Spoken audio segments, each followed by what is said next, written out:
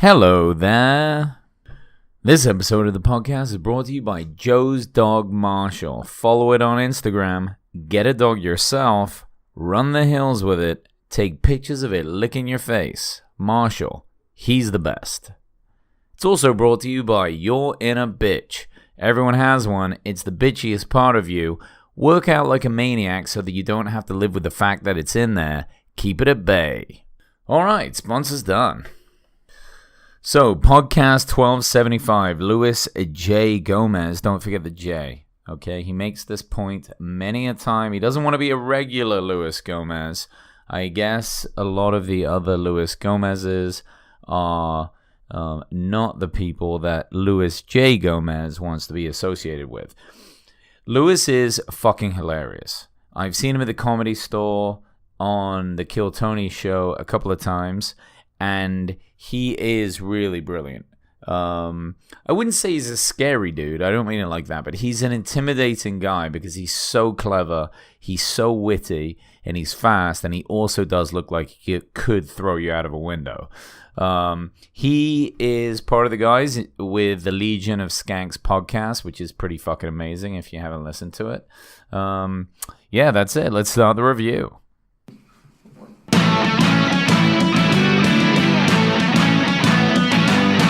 Welcome to the Joeroganexperiencereview, where each week I review every single episode of the Joe Rogan Experience. What more do you want?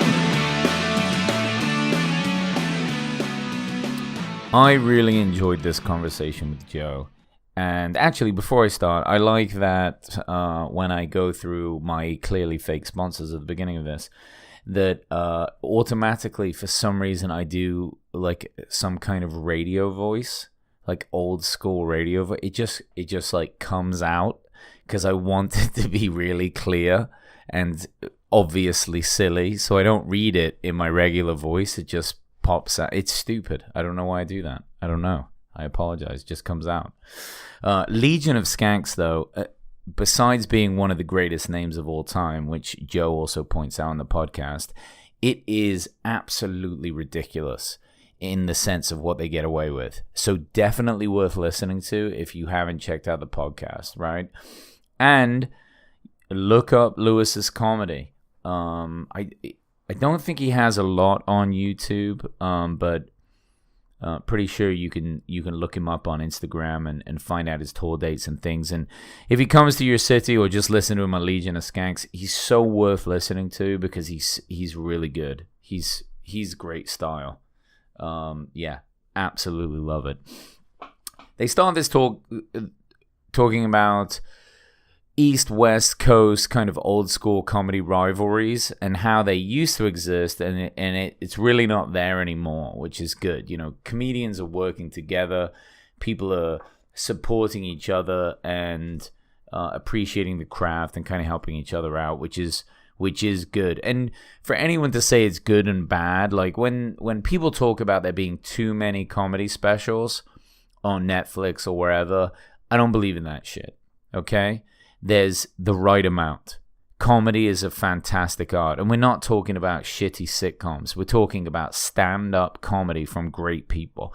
Even if it's not a great stand-up special, it's still gonna be good a lot of the time. I mean, there's not really an hour out there that's like not worth sitting through. These comedians put in time for this. So the fact that they all help each other and it's kind of like saturated in stand-up specials, I think that's fine. I think it's great. I love that exists. The art is hard enough, and to get as many people a chance as possible. You know, the idea that there could be a person out there, right, that is the next Chappelle, right, or the next funniest person alive, but maybe they're not super confident, and they've been knocked down a few times by some shitty sets they've had or some terrible open mics, and then we lose that comedy forever. That's brutal. The idea that someone could slip past us like the next Mitch Hedberg, and we never hear from him just because of that. It's it's something else. It really is. There's some heartfelt parts in this podcast. They talk about raising kids, which is really cool to hear both of these guys' takes, both Joe and Lewis, talking about, you got to listen to them. You got to spend some time with them. You got to see how they feel. Ask them how they feel. Don't show them violence within your household. I think both Joe and Lewis, not that they came from necessarily really bad homes, but I mean, there was crazy stuff going on. And, it's really about not only treating your kids right, but the understanding of, like, what lessons you show them, like treating other people right. And this moves into something they hit on, which is immigration. Okay, so both of these people, like a lot of Americans, I mean, they're not all born in the U.S. And those that are often have parents or grandparents or great-grandparents that immigrated here. So you would think that America would be one of the most compassionate places for immigration, especially because the Statue of Liberty has a sign that says, roughly, bring us your weak, you're ill, you're tired, you're whatever. And, it's about that melting pot, which is what America, in a lot of ways, is known for. And then they talk about how in El Paso, they had these like kennel type situations where they would just cram all these immigrants in there and really treat them like animals. And it's a brutal thing. It really is. Even if you don't like immigrants, I mean, just imagine you and your family in that position. I'm first generation. I moved from England to here. I moved to the US when I was 13, and I've lived here ever since. I lived in the US more than I lived in England. And I love living in America. But it's tough when you're an immigrant. And, I'm not saying woe is me. I'm sure plenty of people have it harder.